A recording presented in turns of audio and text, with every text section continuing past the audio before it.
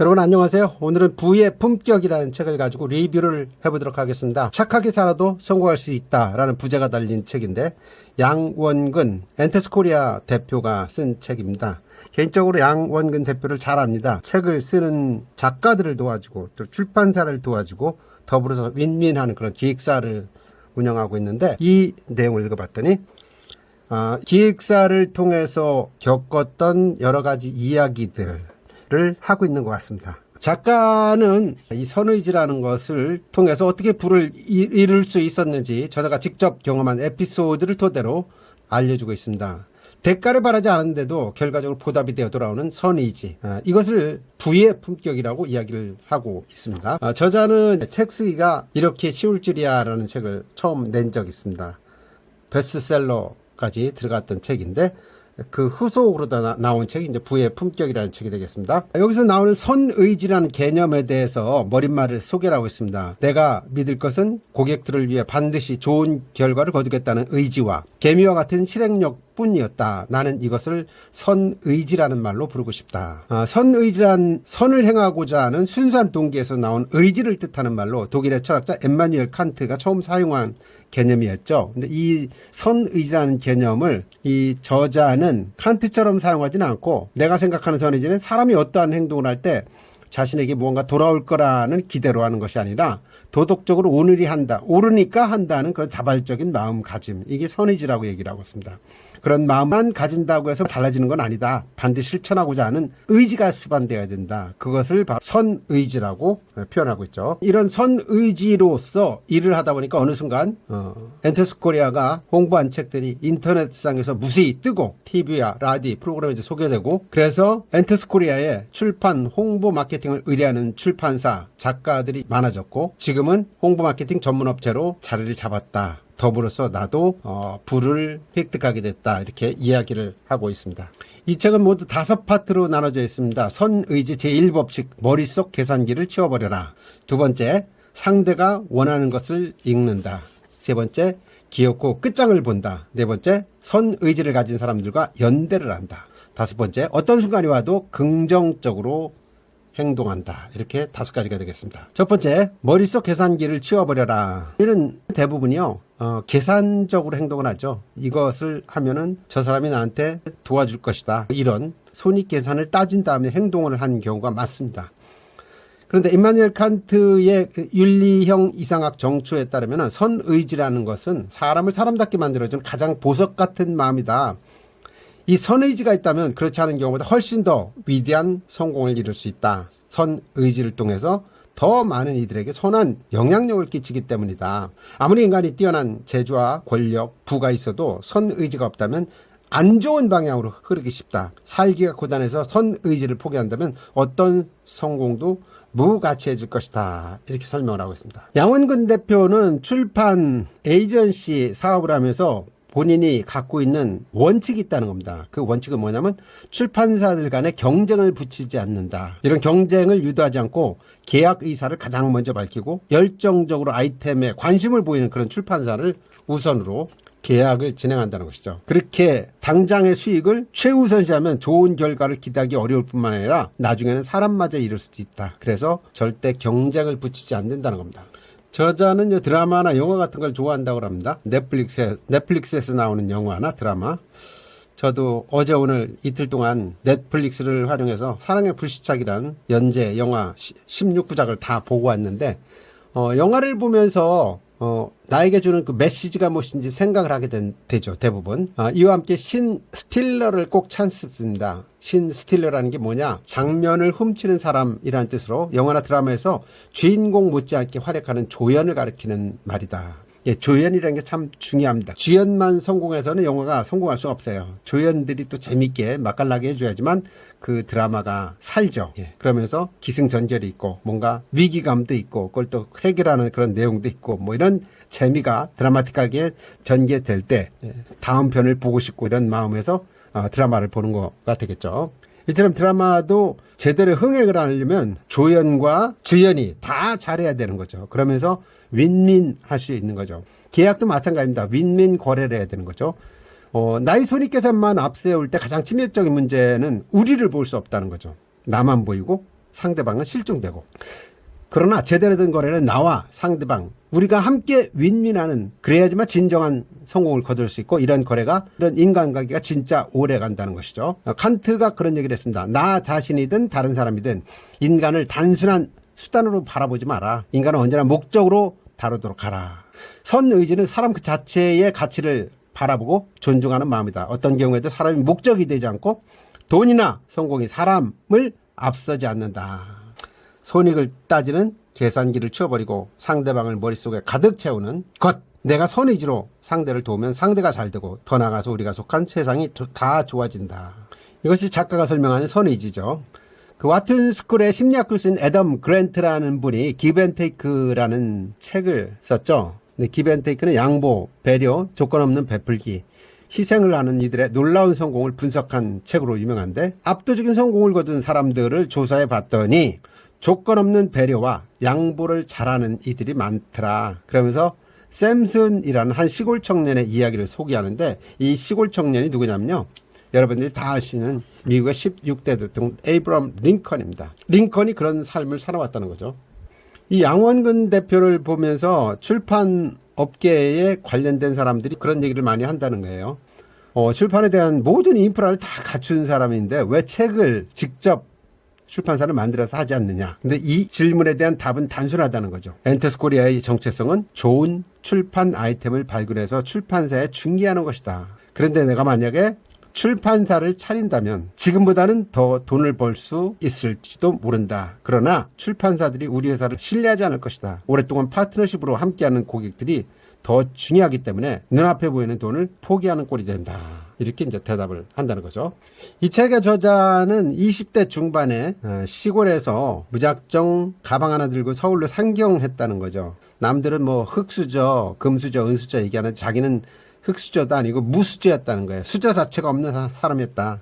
들교 야간 열차를 타고 올라와서 영등포역에 내려서 제일 먼저 했던 게 전봇대에 붙어져 있는 전단지를 보고 일거리를 찾아서 신문 배달로 시작을 했다는 거죠. 신문 배달. 그렇게 해서 이제 하나하나 본인이 기회를 만들어서 일본어 학원 강사를 했다가, 또 일본어 학원을 차렸다가 또 쫄딱 망하고 다시 또 이제 엔터스 코리아라는 이런 기획사를 차린 거죠. 그렇게 해서 돈을 벌기 시작했는데, 이 책을 다 읽어봐도 돈을 얼마 벌었다는 얘기는 안 나와요. 근데 주변에서 들리는 얘기 보면 100억 이상의 자산가가 됐다고 합니다. 물론 그 자산을 만들기까지 과정이 뭐 어떻게 했는지 모르겠지만, 뭐 지식도 하고 뭐 부동산도 하고 뭐 여러 가지 했다는 것 같습니다. 일단 정상적인 절차를 밟아가면서 100억대 이상의 자산을 만들게 됐는데, 그 자산을 만들기까지의 과정을 이렇게 훑어보면은 본인 혼자만 한 게 아니고 주변에서 많이 도와줬다는 거죠. 그래서 선의지를 가지고 살아가다 보면 도움을 받아가면서 이렇게 성공할 수 있다라는 메시지를 던지고 있는 겁니다. 이 책에서는 사례들이 많이 나옵니다. 어떻게 부자가 될 것인가 라는 책을 쓴 우성민 대표 이야기도 나오는데, 이 우성민 대표는 2020년대 초에 우리나라에 코로나가 확산되고 마스크 대란이 일어났을 때 어떤 유통업자가 25억 원을 줄 테니까 마스크 100만 장만 팔아라 라고 제안을 했는데, 이런 제안에 거절했다고 그래요. 거절하는 이유는 남의 목숨을 담보로 해서 장사해서는 안 된다. 그렇죠. 온 국민이 코로나로 위기를 겪고 있는데 그 마스크 25억 그 돈 벌으면 뭐 하느냐.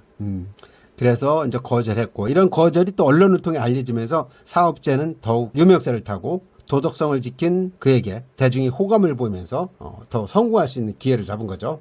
이 우 대표라는 사람들은 아주 가치 판단이 훌륭하신 분 같습니다. 회사 매출을 오르면 직원들을 먼저 바라보면서 내 차보다는 직원들 차를 먼저 바꿔주고, 또 회사 공간을 직원들이 업무 효율성을 최우선시할 수 있도록 잘 해주고 뭐 침대, 휴식 공간까지 갖다 놓고 뭐 이런 식으로 해서 상위 0.1%에 속하는 그런 포털 사이트 커뮤니티와 쇼핑몰을 운영하고 있는 거죠. 네. 두 번째 소개되는 사람이 희망을 끓이는 남다른 감자탕 이야기를 쓴 이정렬 의장에 대한 얘기입니다. 요식업 종사자로서 가장 중요한 기업 윤리를 식품의 안전성이라고 생각해서 신선한 재료로 음식을 만드는 건 물론이고, 본사가 비용을 100% 부담해서 전국의 자사 매장에 방역업체를 보내 방역 서비스를 실시하고 있는 그런 업체이기도 합니다. 자, 이 두 업체 사장들에게 어떻게 그런 방식으로 회사를 운영할 수 있어요? 라고 물었더니 그게 옳은 거니까요 라고 이야기를 하더라는 거죠. 거래처와 소비자에게 신뢰감 주고 직원들은 자기 회사처럼 열정적으로 일하고, 그러니 회사가 안 될 리가 없는 거죠. 이게 모든 과정들이 선의지의 결과라고 설명하고 있습니다. 양 대표는 이 책에서 본인이 실수한 사례도 소개를 하고 있습니다. 원래 엔테스 코리아는 번역을 많이 하는, 번역 출판을 많이 하는 에이전시입니다. 그런데 한 번은 출판사에서 의뢰를 해서 번역을 해 주었는데 번역 상태가 안 좋았던 모양입니다. 그러니까 출판사에서 원고를 받고 나서 야, 이건 너무 형편없구나. 그래서 번역료를 50%만 지급하겠다고 말을 했다는 거예요. 양 대표가 그 얘기를 듣고 나서 직원들에게 출판사에서 제기한 문제점을 파악해서 정리를 해봐라 라고 얘기를 했더니 출판사의 지적이 모두 맞았다라는 걸 확인할 수 있었다는 거죠. 그래서 50% 번역료를 줬구나. 그러자 양 대표가 출판사에 연락을 해서 아예 비용을 받지 않겠다고 얘기를 했다는 거예요. 왜 그랬냐 했더니 우리가 질 좋은 번역을 못했는데 만족스럽지 못한 결과물을 내놓은 것에 대해서 최소한의 책임을 져야 된다고 생각한다. 그러면서 출판사에 사과를 하고 50% 주겠다는 제안도 거절했다는 거죠. 자, 이렇게 양식적으로 하니까 어떤 일이 벌어졌냐. 그 출판사와 엔테스 코리아 간의 거래가 계속 늘어나게 되고 내가 책임을 지겠다라는 그런 태도를 보이니까 심지어는 그 회사 편집장이 퇴사하고 나서 또 회사를 새로 차렸는데 그 회사에서도 일감을 주는 등, 그래서 위기가 기회로 바뀌게 됐다. 자, 이것이 무엇이냐? 윈윈 전략이고 상대방한테 잘못한 것에 대해서는 자기가 책임을 지고 행동을 했기 때문에, 책임을 졌기 때문에 좋은 결과가 나타났다는 거죠. 그 양 대표는 한번 인연을 맺으면 쭉 이어가는 그런 인간관계로 소문이 나 있죠. 저도 역시 어떤 강사분께서 양원 대표를 소개를 해가지고 만났었는데 만난 지가 벌써 한 4, 5년 이상 된 것 같습니다. 그런데 그 이후 계속 줄기차게 만나서 서로 인연을 맺고 있고, 제가 또 이 책을 리뷰하려고 하는 이유도 양 대표가 썼는데 내가 빨리 리뷰를 해주지 하면서 그런 마음이 있다 보니까 좀 늦긴 했지만 이렇게 책을 리뷰를 하고 있는 겁니다. 자, 두 번째 선의지 제2법칙은 상대가 원하는 것을 읽는다. 상대가 원하는 것을 읽는다입니다. 저도 개인적으로 강의를 할 때는 만남이라는 용어를 설명하면서, 만남을 어떻게 설명하면요, 남을 만나는 것이다. 남을 만나서 무엇을 하냐? 남에게 도움을 주는 것이다. 남의 도움을 주다 보면 자연스럽게 그 사람이 또 나한테 잘 해주게 돼서 내가 더 성공하는 그런 계기가 된다. 그래서 상대가 원하는 것을 읽는 것이 중요하다는 얘기를 항상 하곤 합니다. 그런데 중요한 것은 목표가 원대할수록 구체적인 실행 계획을 세워야 한다는 것이죠. 이런 실행 계획을 세우는 데 도움이 되는 책으로 성과를 지배하는 바인더의 힘이라는 책을 소개를 하고 있습니다. 제가 처음에 양원근 대표를 만났을 때도 만나서 첫 번째 하는 행동이 바인더를 펴놓고 제가 하는 얘기를 열심히 적고 그러더라고요. 그러면서 하루 일과를 조목조목 거기다 써놓고 그 일과대로 그 여기 바인더에 써있는 대로 사람들을 만나고 또 대화를 나누고 이런 것을 생명적으로 여기는 것을 봤습니다. 그래서 선의지를 가졌다 하더라도 성공하기 위해서 무엇부터 해야 되느냐, 양 대표의 팁을 제시하고 있습니다. 첫 번째는 상대의 목표를 정확하게 이해하기. 두 번째, 최종 목표를 달성하기 위해 매일의 목표를 구체적으로 정하기. 세 번째, 눈앞의 장애물을 꼼꼼하게 분석해서 해결 방안을 찾기. 이 세 가지를 제시하고 있죠. 다음으로는 어떻게 살 것인가에 대한 답을 찾아가는 과정 속에서 인문학 공부, 특히 이제 철학을 많이 공부할 것을 권하고 있습니다. 마이클 샌델의 공정하다는 착각, 또 정의란 무엇인가, 유발 하라리의 샤피엔스, 21세기를 위한 21가지 재현, 또 최 사장의 지적 대화를 위한 넓고 얕은 지식 시리즈, 이런 베스트셀러 중에서 인문학서들이 상당히 많이 있는데 이런 책들을 읽는 것이 도움이 된다고 말하고 있습니다. 광고인 박웅연 씨가 쓴 책은 도끼다라는 책도 굉장히 유명한 책이죠. 제가 이 책을 한 4, 5년 전에 읽었던 것 같은데 그 책을 읽으면서 반성을 많이 했습니다. 왜냐하면 그 책을 읽는 과정 속에서 그 안에서도 책을 소개를 하고 있는데 뭐 제 기억으로는 20여 권이 넘었던 것 같습니다. 그런데 그 책을 이렇게 가만히 보다 보니까 제가 읽은 책이 10%도 안 됐었어요. 그래서 나도 책을 읽는다고 하는 사람인데 이렇게 독서를 안 했구나 라면서 반성을 했던 기억이 납니다. 자, 우리가 이제 고전이라는 걸 참 많이 봅니다. 이 고전이라는 건 오랜 시간 동안 많은 이들이 읽고 모범으로 삼는 그런 작품을 고전이라고 하죠. 누구나 알고 있듯이 고전은 문학성, 예술성이 탁월하고 시대를 초월하는 그런 가치가 있죠. 오래오래 끓일수록 맛이 깊어지는 곰국처럼 작품을 곱씹을수록 깊이 있는 생각거리를 얻을 수 있고 작품을 또 어떻게 해석하느냐에 따라서 얻을 수 있는 성찰도 무진무진합니다. 그리스 로마 신화를 읽다 보면은 다양한 인간 군상의 삶을 경험할 수 있고 괴테의 파우스트를 읽다 보면 인간의 욕망에 대해서 깊이 있게 생각할 수 있습니다. 마키아벨리의 군주를 읽으면서 나라를 지키고 번영시키기 위해서 국가 지도자가 한 행위 모두 인정받을 수 있는지를 고민하게 되고 셰익스피어의 리어 왕을 통해서는 인간 욕망의 어두운 이면, 어리석음에 대한 교훈을 얻을 수가 있는 거죠. 그래서 조윤재 작가 같은 경우는 논어, 맹자 등 이런 고전을 깊이 있게 연구를 해서 새롭게 쓰죠. 이를테면 이런 거죠. 다산 정약용의 삶과 철학, 제술사를 깊이 있게 탐구해가지고 다산의 마지막 습관, 다산의 마지막 공부 뭐 이런 책을 새로 정리해서 냈는데 이런 책들이 아주 스테디셀러 내지는 베스트셀러로 등극을 하는 경우가 많이 있습니다. 삼국지도 마찬가지죠. 삼국지 조조전 같은 경우는 대부분 유비 시각에서 책을 썼는데 조조 입장에서 이걸 쓰고 하다 보니까 중국에서도 공무원 추천 도서로 선정되는 등 그렇게 빅히트를 치는 경우가 있습니다. 이 책은 부의 품격이라고 해놓고 책을 소개하는 경우가 좀 많은 것 같습니다.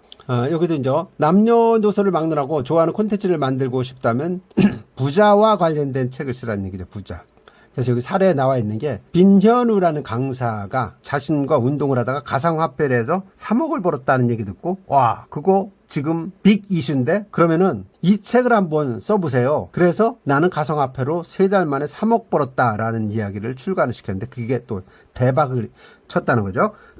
그리고 빈 작가는 이 책 한 권을 인생 역전에 성공해가지고 여러 방송, 신문사, 가상화폐에 대한 인터뷰, 자문 요청을 받게 됐고 한국증권사에서 강의하는 강의도 하는 그런 전문가가 됐다는 거죠. 인쇄 수입, 각종 강연, 코칭, 요청 이런 것들이 이제 폭발하면서 일약 스타가 되고 돈도 많이 벌고 제가 알기로는 이 빈 대표도 가상화폐를 써서 몇십억 버는 걸로 알고 있습니다. 바로 옆에 나오는 책이 나는 가상화폐로 3달 만에 3억을 벌었다.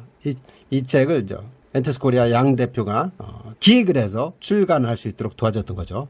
자, 오른쪽에 하버드 새벽 4시 반 그리고 하버드 첫 강의 시간관리 수업 엄마 하브루타 할래요. 이 3권의 책들도 다 베스트셀러가 됐던 책들이라는 거죠. 이 책들의 제목 공통점도 역시 부자라는 거죠. 부자. 컨텐츠를 잘 만드는 것도 돈이 되는 방법이다. 그리고 저자는 아침에 출근하면 꼭 하는 일이 있대요. 뭐냐면 온라인 서점에 들어가서 종합 베스트셀러 순위를 살펴본다는 거죠. 1위부터 20위까지. 매일 뭐 바뀌는 내용도 아니지만 어떤 컨셉트, 어떤 작가들이 독자들의 사랑을 받고 있는지를 파악을 하고 책 표지 디자인, 제목을 살펴보면서 유행하는 스타일을 좀 익힌다는 거죠. 그래서 이런 인문, 고전, 부자, 하버드 유대인 이와 같은 5가지 키워드 베스트셀러 순위를 꾸준히 관찰하면서 알게 됐고 그래서 출판업계의 성공률을 높일 수 있었다는 거죠. 잘 팔리는 상품을 만들고 싶다면 필독, 우리나라 소비자의 선호 콘텐츠를 알아야 된다. 역사, 철학, 예술, 심리 등의 이론에 실생활에 적용 가능한 해석을 붙인 인문 콘텐츠가 잘 팔린다. 또 원문을 충실히 번역하거나 재해석 혹은 재가공한 고전 콘텐츠가 잘 팔린다. 세 번째, 남녀노소를 가리지 않는 꿈, 불황일수록 더욱 잘 나가는 부자 콘텐츠. 이것도 잘 팔린다. 네 번째는 성공하고 싶은 직장인과 부모들이 좋아하는 유대인 내지는 하버드 콘텐츠도 잘 팔린다고 소개를 하고 있습니다. 왼쪽에 소개되고 있는 여왕의 시대, 하버드 새벽 4시 반, 긍정의 한 줄 이 책들도 10만 부에서 150만 부까지 팔렸던 베스트셀러들입니다. 이 책들 역시 독자가 쉽게 이해할 수 있고 임팩트가 있는 상품, 제목, 그리고 작가의 매력, 상품의 강점이 드러날 수 있는 카피를 잘했다는 거고 세 번째는 독자들 호감을 살 수 있는 매력적인 표지 디자인을 잘했다는 것이죠. 새벽 4시 반 같은 경우도 저게 원래 표지에 검정색을 잘 안 씁니다. 근데 검정색을 쓰고 새벽 4시 반 하면서 4시 반 바로 위에 시계를 4시 반을 가리키도록 이렇게 만들어놨죠. 하버드 제품 중에서도 새벽 4시 반을 강조를 해서 저게 무엇일까라는 궁금증을 유발한 거죠. 그다음에 긍정의 한 줄도 150만 부나 팔렸다는 책이죠. 이 책도 역시 표지, 디자인 모든 것들이 이렇게 깔끔하게 돼서 사람들의 시선을 끌고 있습니다. 자, 다음에 성공하는 방법 중에 따라하는 걸 얘기하고 있습니다. 따라하는 거. 예, 벤치마킹이라고 그러죠, 보통. 예, 책이나 영화에서 본 것, 또 지인들을 보면서 장점을 따라하는 이유. 이 저자는 좋아 보이는 것을 보면 꼭 실행하려고 노력을 한다는 거죠. 비록 그 과정에서 의견이 다른 사람과 부딪히거나 실패하기도 하지만 적어도 실행만큼은 멈추지 않는다는 거예요. 그러면서 2003년도에 일본에 출장을 갔다가 서점에서 봤던 메모의 기술이라는 책을 보는 순간 번역을 하면 뜨겠구나 라는 생각이 들어서 한 출판사 사장한테 소개를 해서 나왔던 책이 이제 메모의 기술이었는데, 이 책이 무려 150만 부가 팔렸다고 합니다. 150만 부. 대단한 거죠. 예. 그리고 2014년도에 기시미 이치로가 쓴 미움받을 용기라는 책도 역시 일본에서 대박을 쳤던 책이었는데, 이 책을 또 소개를 해서 성공했고 베스트셀러로도 만들었다는 거죠. 이처럼 벤치마킹 따라하는 거, 이거 전혀 나쁜 거 아닙니다. 네. 심지어 스티브 잡스도 생전에 한 방송에 출연해서 위대한 아이디어를 훔쳤다는 사실에 한 점 부끄러움이 없다라고 이야기한 적이 있다는 거죠. 실제로 스티브 잡스도 휴대폰을 만들었지만 휴대폰 다 훔친 겁니다. 그죠? 휴대폰이 안에 이메일, 사진집 검색하는 거, 텔레비전, 전화, 메모 이런 앱을 다 깔아서 한꺼번에 활용할 수 있도록 융합을 한 것밖에 없어요. 그래서 아이디어를 훔친다는 거에 대해서는 한 점 부끄러움을 느낄 필요성은 없다는 거죠. 다만 베끼되 그냥 단순히 베끼는 것보다는 약간 진일보한 형태로 해서 내 아이디어를 보태거나 새로운 상품을 만드는 것이 중요하다라고 얘기를 하고 있습니다. 자, 양스팁, 이번에 소개하는 양스팁은 잘 팔리는 상품을 만드는 이들의 습관 따라하기, 업계 선두를 달리는 1등 상품의 장점을 분석해서 기술을 더 발전시키기, 기술 상품들의 약점과 트렌드를 보완하고 내 아이디어를 보태기, 이런 방식들을 소개하고 있습니다. 챕터 세 번째는 선의지 제3법칙 기어코 끝장을 보다라는 내용이 되겠습니다. 위대한 영국의 평론가 존 러스킨이 그런 얘기를 했다는 거죠. 성공한 사람과 실패한 사람은 궁극적 차이는 인내다. 위대한 사람들은 모두 무한한 인내심을 가지고 있었다. 주식도 마찬가지 것 같아요. 주식도 성공한 사람과 실패하는 사람들을 보면요, 꾸준히 그 지수를 들고 있는 사람이 성공한다는 거죠. 하루아침에 사고 팔고 이렇게 해봤자 크게 돈은 못 번다는 겁니다. 더 중요한 거는 끝까지 들고 있는 거, 인내하는 거죠. 인내. 여기 보면 되게 재밌는 내용이 나옵니다. 상대방의 손에 끝장낼 권한을 쥐어주기. 최종 결정을 앞둔 순간에 해야 할 일이 있다면 무엇이냐? 기다리는 거라는 겁니다. 기다리는 거. 이것은 출판사뿐만 아니라 남녀 간의 관계도 그렇고 모든 면에서도 해당되는 사항 같아요. 보면은 내가 진인사 대천명이라고 하지 않습니까? 한마디로 얘기하면 내가 할 수 있는 모든 일을 한 다음에 마지막으로는 기다리는 거다. 네. 자, 첫 번째 이유, 언급한 것처럼 최종 결정을 스스로 내리게 하기 위해서 기다려야 된다는 거고, 두 번째, 사람들이 고민하는 주제들을 가볍게 취급해서는 안 되기 때문에 결정하도록 기다려야 되는 거고, 마지막, 내가 조바심을 내서 자꾸 상대를 설득하려고 하면은 역효과가 난다는 거예요. 그래서 마지막에는 내가 최선을 다했으면 그다음부터는 최후 순간을 기다리는 것, 상대방이 서로를 존중하면서 결정할 수 있는 넉넉한 여백의 시간을 주는 것도 필요하다. 이거는 이제 제가 조바심의 어원을 여기서 처음 알았는데, 조바심의 어원을 보면은 조의 이삭을 떨어뜨려 좁쌀을 만드는 일이라고 합니다. 여기서 바심은 우리말로 곡식, 이삭을 떨어서 나다를 거두는 일을 바심이라고 한다. 그래서 조의 이삭은 질겨서 아무리 비비고 털어내도 잘 떨어지지 않아서 이 작업을 하다 보면 마음이 초조하고 조마조마해진다. 어업만 봐도 조바심이란 내가 이겨내기가 쉽지 않은 감정을 알 수 있다. 내가 투자한 것이 많을수록 내 노력이 클수록 더 그렇다는 얘기죠. 그래서 모든 일은 나 혼자서 만들어가는 것이 아니고 상대방의 의지와 실행이 함께 맞물려가면서 이루어지는 거다. 균형이 잘 맞지 않고 조바심으로 균형을 깨트리면 잘 될 수가 없다. 급할수록 돌아가라는 옛 속담처럼 초자할수록 욕심을 내려놓고 상대방에게 끝장낼 권한을 기꺼이 주는 것, 이것이 중요하다고 얘기를 하고 있습니다. 멋진 인생의 교훈입니다. 자, 여러분들 이솝 우화에 나오는 여우와 신포도라는 이야기 알고 계시죠? 여우 한 마리가 이제 길을 가다가 탐스러운 포도가 나무에 주렁주렁 매달린 모습을 봤죠. 배가 고팠던 여우는 포도를 따먹기 위해서 뛰어올라서 발을 뻗었는데 포도를 잡을 수가 없었습니다. 결국 시도하다가 힘이 빠지고 땅바닥에 주저앉아서 이제 포도를 보면서 한마디 하는 거죠. 분명히 저 포도는 쉬어서 먹을 수 없을 거야. 도저히 하다 해도 안 되니까 포기를 한다는 얘기죠. 근데 이게 꼭 나쁘다고만 볼 수도 없다는 거죠. 자, 포기도 지혜로운 선택이라는 겁니다. 왜냐하면 반복된 시도를 통해서 내가 발전하는 게 아니라 오히려 퇴보하고 나 때문에 가족, 주변 사람들까지 고통스럽게 만든다면 포기하는 게 나을 수도 있다. 포기함으로 해서 나의 육체적, 정신적, 물적 에너지를 낭비하지 않게 되고 보호할 수 있고 몸과 마음을 재정비해서 새로운 일에 도전할 수 있다. 만약에 여우 능력으로 불가능한 일을 계속 포도 따기를 포기하지 않고 시도했다면 지쳐서 정신을 잃고 쓰러졌을지도 모른다. 뒷이야기는 알 수 없지만 포기한 덕분에 여우는 더 맛있는 포도를 딸 수 있는 기회를 만났을지도 모른다.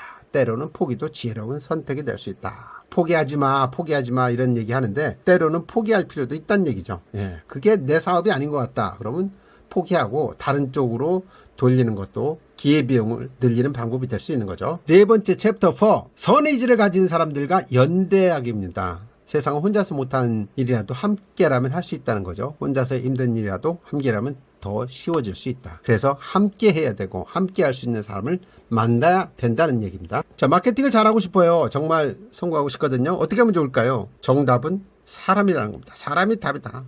구체적으로 표현한다면 선의지를 가진 사람, 나를 도와주고 협력해 줄 사람을 만난다면 꿈은 날개가 달린 거나 마찬가지다. 어떤 일이든 사람이 가장 중요하다. 사람이 답이다는 얘기입니다. 저자는 이 책에서 월 평균 100건 이상 미팅을 하고 700통 이상의 전화를 하고 이게 본인의 평균 스케줄이라고 합니다. 100건은 미팅 숫자이니까 만난 사람의 수를 헤아리면 그보다 훨씬 더 많다는 얘기입니다. 어떻게 보면 하루 종일 미팅으로 시작해서 미팅으로 끝날 때가 있다는 겁니다. 왜 이렇게 많은 사람을 만나냐? 마케팅을 하기 위해서다.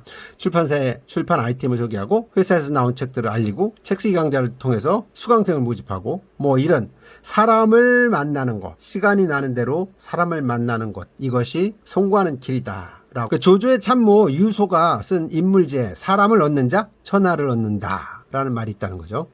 사람을 직접 만나야 하는 첫 번째 이유는 만나야 그 사람과 진정으로 가까워질 수 있고 세상 모든 일이 인간관계 속에서 이루어지기 때문에 매사에 사람을 얻는 게 먼저라는 거죠. 사람을 얻고 싶다면 당연히 만나야 되고 만났을 때는 마음과 마음을 주고받는 진정한 소통을 해야 된다. 그 다음에 두 번째, 사람을 만나야 되는 두 번째 이유는 현장 정보를 얻기 위해서다. 현장이 답이다라는 이야기도 있지 않습니까? 저도 어떤 일을 해결을 하려고 하는 상황에서는 어려움이 있다 그러면 현장으로 먼저 갑니다. 그래서 그 사람을 만나보고 거기서 방법을 찾다 보면 답이 나오는 그런 경우가 있었습니다. 실제로 저도 이제 입찰을 2차로 다 된 경우가 있었는데 1차 입찰자가 자격 요건이 안 돼서 떨어졌어요. 그럼 저한테 왔는데 보니까 제가 판단할 때는 자격 요건이 저도 안 돼요. 그래서 어떻게 할까 고민하다가 우리 직원은 포기하자고 그랬는데 저는 아니다. 현장 가서 얘기 들어보면 답을 찾을 수 있을지 모른다. 만나자. 그래서 담당자를 만나서 이런 얘기 저런 얘기 하다 보니까 그런 방법이 있더라고요. 그래서 그 방법대로 그 담당자가 얘기하는 방법대로 해서 해법을 찾아가지고 1억 5천만 원짜리 입찰을 놓치지 않고 챙긴 경우가 있었습니다. 현장이 답이죠. 그래서 현장이 중요하고 또 연대라는 거는 사람이 누군가와 함께 공존할 때 행복해지고 더욱 성장할 수 있는 거다. 그래서 나 혼자만 성공하려고 하지 말고 함께 윈윈하는 세상을 열어가는 게 더 중요하다. 이 책에서는 선의지를 가진 사람들을 특징을 이야기하고 있습니다. 이 사람들의 특징이 뭐냐? 첫째, 사람에 대한 애정과 존중이 있다. 두 번째, 실천력이 있다. 세 번째, 이들은 표정부터 밝다. 자신의 삶을 바라보는 데 있어 긍정이 흘러넘친다. 그래서 이런 선의지를 가진 사람들과 같이 이를 도모하는 것이 중요하다. 그리고 이 책에서 왜 내 옆에는 좋은 사람들이 없을까라고 불평하는 사람들이라면 그 사람들은 본인 스스로 왜 나는 좋은 사람들과 인연을 맺지 못했을까라고 탓하기보다 나는 왜 사람들한테 도움을 주지 못했을까? 왜 내가 베풀지 못했을까라고 탓하는 게 우선이라고 이야기를 하고 있습니다. 그러면서 미국 16대 대통령인 에이브럼 링컨의 이야기를 하고 있죠. 에이브럼 링컨이 이런 명언을 남겼습니다. 만약 누군가를 당신 편으로 만들고 싶다면 먼저 당신이 그의 진정한 친구임을 확인시켜라. 진심으로 선의로 상대를 대해야지만 그 사람과 진짜 친구가 될 수 있고 필요할 때 관심을 보이고 또 나를 도와주게 된다 라고 이야기를 하고 있습니다. 실제로 책을 홍보할 때도 인간관계의 중요성을 뼈저리게 느끼는데 인간관계가 넓고 깊은 작가는 자기 책을 홍보하는 데도 훨씬 편하다. 왜? 그 책이 나오자마자 인간관계가 좋은 사람들이 훨씬 성과도 많이 거둘 수 있고 많은 사람들이 책을 사주려고 자발적으로 노력을 한다는 거죠. 그래서 큰 성과를 내고 싶다면은 사람을 바라보고 좋은 이들과 인연을 맺으며 함께 선 의지를 발휘해야 된다. 내가 좋은 사람이 되면 좋은 사람과 인연을 맺을 수 있고 함께 역사를 만들어갈 수 있다고 주장을 하고 있습니다. 그렇다면 좋은 사람과 인연을 맺기 위해서 내가 할 일이 무엇이냐, 여기에 대해서 법정 스님의 이야기를 사례를 들고 있죠. 함부로 인연을 맺지 마라 라는 법정 스님의 글을 보면은 진정한 인연이라면 최선을 다해서 좋은 인연을 맺도록 노력을 하고 스쳐가는 인연이라면 무심코 지나쳐버려야 된다 라는 그런 명문장을 소개를 하고 있습니다. 그러면서 양강무 시인의 만남은 인연이고 관계는 노력이다 라는 말처럼 내가 먼저 매력적인 사람이 되려고 노력을 하는 것이 중요하다고 말하고 있습니다. 자, 그러면서 이제 혼자 목욕탕에 갔을 때 등을 밀고 싶다. 누군가가 내 등을 밀게 하려면 어떻게 해야 되느냐.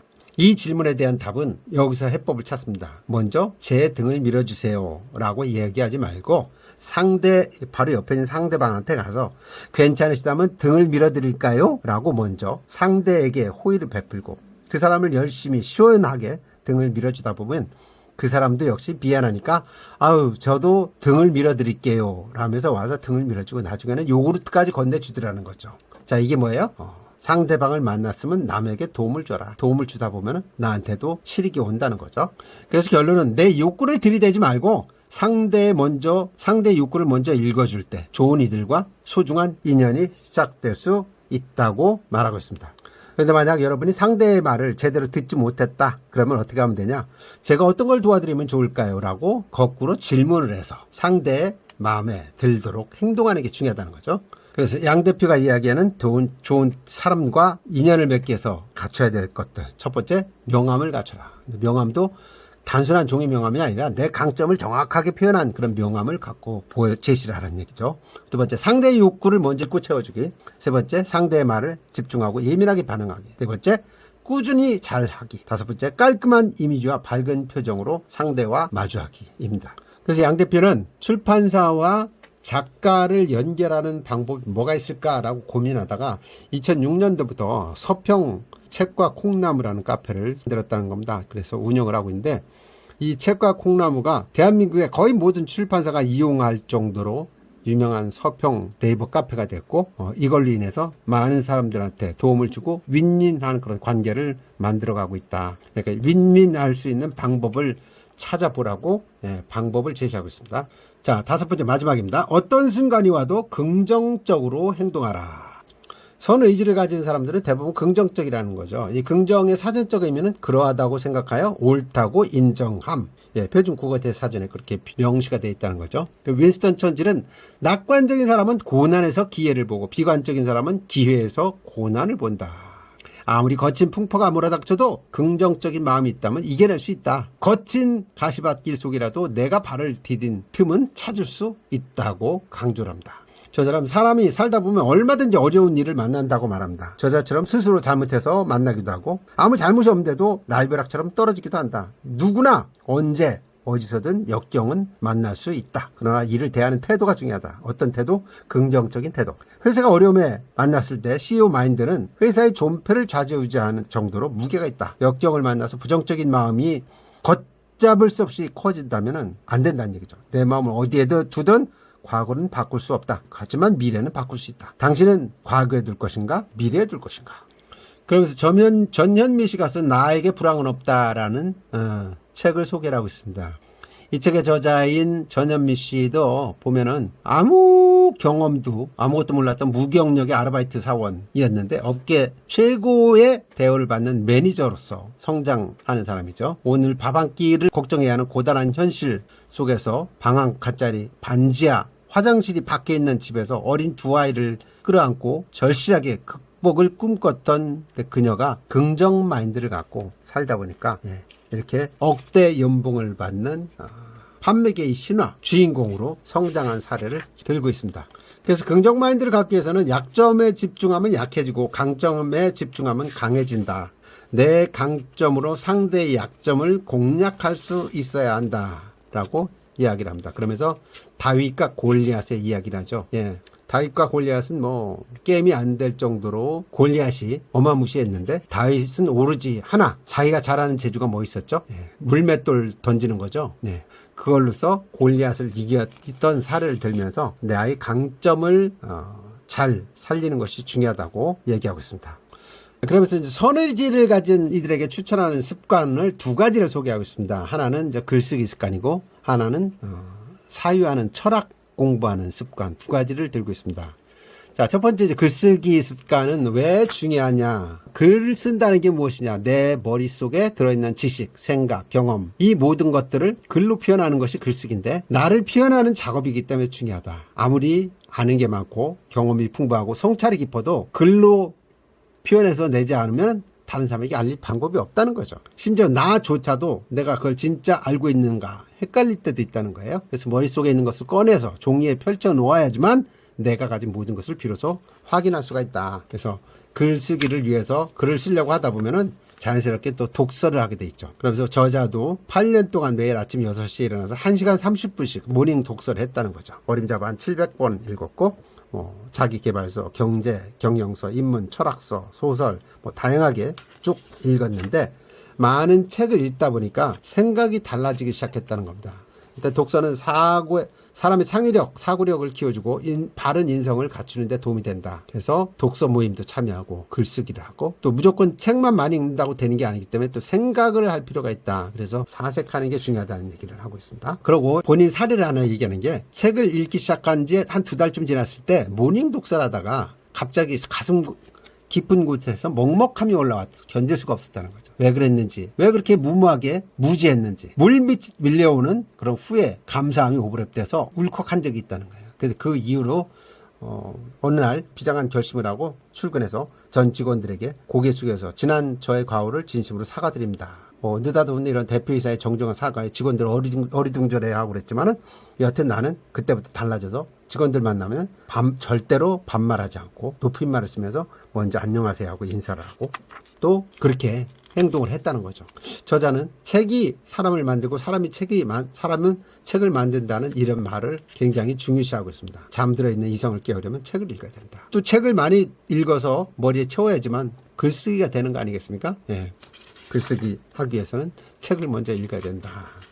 그래서 책 읽기와 글쓰기의 중요성 얘기했고, 두 번째 습관은 철학 한 스푼입니다. 내 안의 요괴를 물리치는 철학 한 스푼. 저자는 삶의 첫 목표를 잘 살아서 살아남아 성공하는 것이다, 이렇게 생각을 했는데, 살다 보니까 그게 아니더라는 거죠. 첫 번째 이제 이지성 작가의 리딩으로 리드하라 라는 책을 읽으면서 철학적 사고와 생각이 얼마나 중요한지를 깨달았고, 그래서 무려 6년 동안 철학 공부를 했다는 거예요. 강의도 듣고 여러 가지 과정을 통해서. 그래서 철학 공부를 하면서 단단한 마음을 갖게 됐다는 겁니다. 그래서 본인이 이야기하는 철학 공부는, 일단 철학과 관련된 책들을 좀 많이 읽어봐라.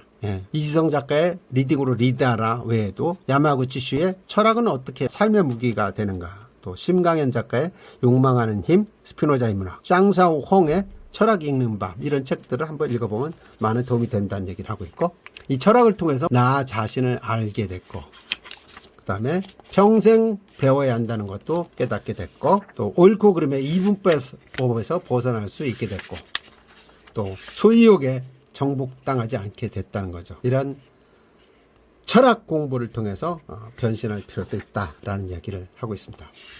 자, 마지막 에필로그 이야기입니다.